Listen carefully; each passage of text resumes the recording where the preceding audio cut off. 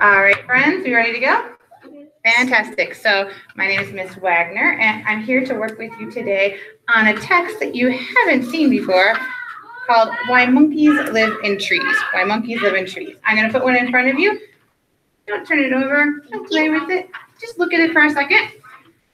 Why Monkeys Live in Trees is a special type of text. This type of text is a folk tale. Raise your hand if you've heard of a folk tale before. Ooh, do you have any thoughts about what a folk tale might be? Real.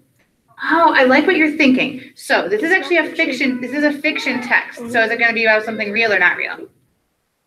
No, not real. Right. Fiction's about things that are not real. So a folk tale is a type of fiction story, but often folk tales have Lessons.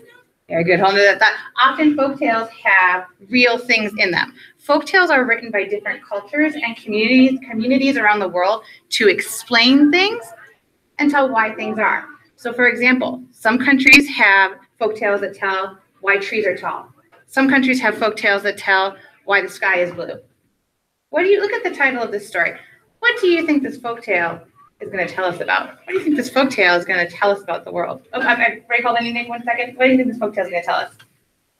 I think it's going to tell us why monkeys live in trees and what is the tree form. Oh, maybe. So for sure, I feel like using the title, we can figure that this is going to tell us why monkeys live in trees, and maybe it'll give us some more information.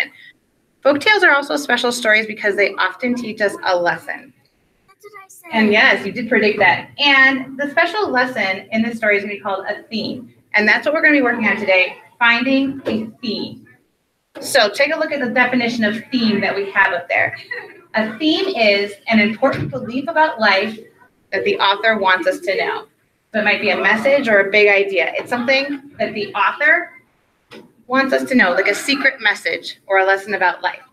So for example, when I was a little girl, my mom used to tell me a story that there was a monster under my bed that would come and get me if I didn't go to sleep right away.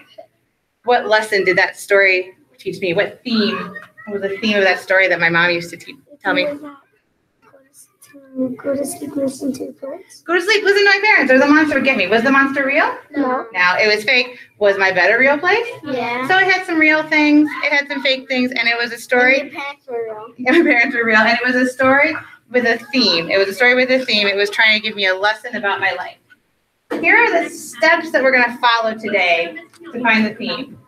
We're going to ask ourselves some questions while we're reading the story. The first thing we're going to ask ourselves while we read the story is, in this story. Now, we don't know yet. We haven't read it, right? What was the problem in this story? Now, sometimes a story has lots of different problems. So do you think we should... But you want to focus on the main problem. Want to focus on the main problem. So do you think we should look at all the problems right away or read the story? Read this story first. Read the story first. And then read again to find the most important key details. Love it. So we're going to read the story once, and then we're going to go back and think, oh, what was the big problem in this story? What's the second thing we're going to do? Who can read number 2 for me? What's the second thing we're going to do? Go for it, Nick. How did the main character solve the problem? How did the main character solve the problem? How did every character solve the problem? No, main. The main character, the most important character. So that's what we said. We have to keep our minds focused on finding the big problem and the main character. Can I read the letter? You can read number 3. What's our third step going to be? What lesson did the main character learn? What lesson did the main character learn? What lesson did every character learn? Main. So we're going to keep our eyes and our minds focused on who? The main character. To find the theme, we want to focus on the main character and the big problem. The last step is one of the most important steps. Let's look at this one. Number 4. What are we going to do? What's our last big step? What can this lesson tell me about my life? We're going to ask ourselves, what does this lesson tell me about my life? A theme is different than just a lesson because it's going to tell us something that impacts our life too. So you have to figure out what the character learned, but then you have to think, now what does this teach me? And that's going to help you answer today's question. Today's question is here on our answer sheet. The question says, what is the theme of this folktale? What details from the story support the theme? So that's what you're going to be looking for in the story when you read, and that's what you're going to be answering. This is really important because authors write stories for a reason. They want to give us messages or teach us lessons. So as readers, we have to make sure we know how to look for those things, right? Give me a thumbs up if you think you're ready to read this folktale.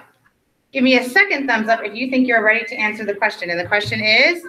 What What is the theme of this book tale? What details from the story support this theme? Right, so we're answering that question. So make sure when you respond, you're answering this question.